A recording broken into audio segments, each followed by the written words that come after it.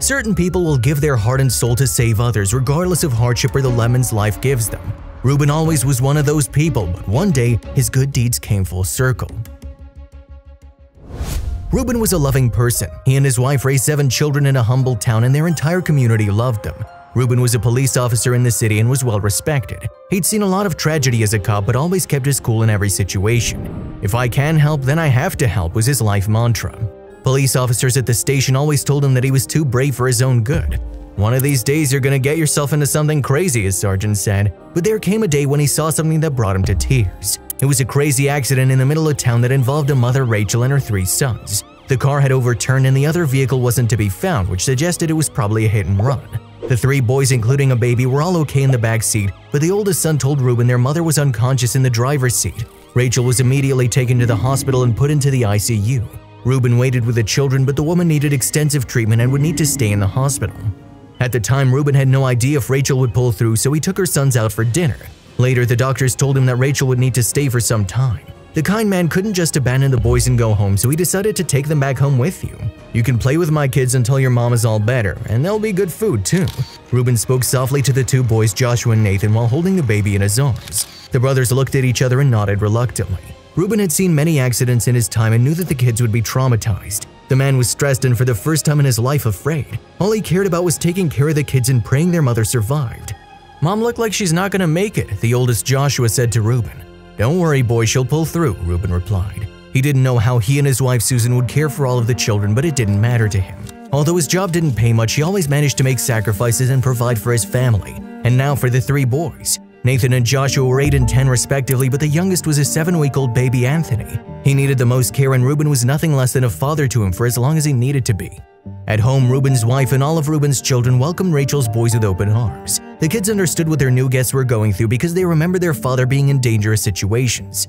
"Don't worry, crazy stuff happens a lot, but we have your back. By the way, our mom makes a mean lasagna," Reuben's oldest daughter said. Joshua, who was most overwhelmed, asked Reuben when their mother would be okay.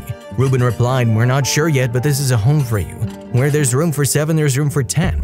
As sad as the kids were, they felt welcome in Reuben's home. They waited daily on their mother to get better, but Reuben's wife and kids did a good job trying to distract them. Meanwhile, Reuben learned that Rachel didn't have a next of kin because her husband had left her when she fell pregnant with her 3rd son. They hadn't heard from him since, leaving Rachel to raise the children alone. "They have nobody else," the nurse told Reuben over the phone.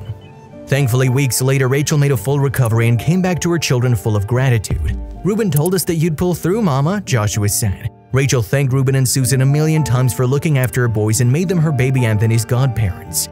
20 years later, Rachel tells Anthony about the story of her accident and how Reuben and Susan took care of him for 3 weeks. Joshua and Nathan too told their younger brother about the kindness of Reuben and his simple philosophy of helping people.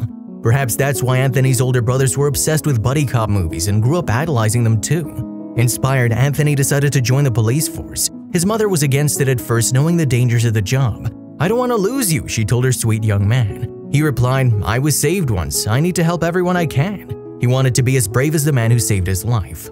On his first job as a cop after getting his license, Anthony's called out to help a family in a dangerous situation. The family was stuck in their car in the middle of a storm and Anthony had to pull them out. He managed to save the day and was called to the city sheriff's office. Anthony decided to bring his mother and brothers along as they were in town. He wanted to share a special moment with the people who supported him most. When Anthony walked in, the sheriff was surprised. Rachel, Joshua, and Nathan were speechless too. "Anthony?" the sheriff says.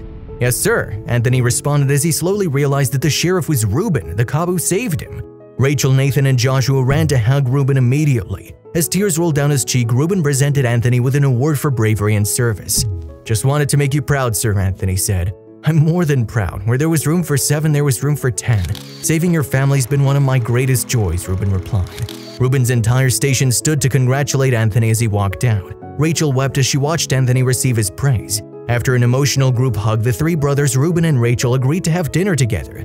"It's on the menu, sir?" Anthony asked. "Well, you're probably the only one among us who doesn't know this yet, but my wife makes a mean lasagna," Reuben replied. That night, Anthony and his family were once again welcomed by Reuben, Susan, and all of their children with the same love and warmth from years ago.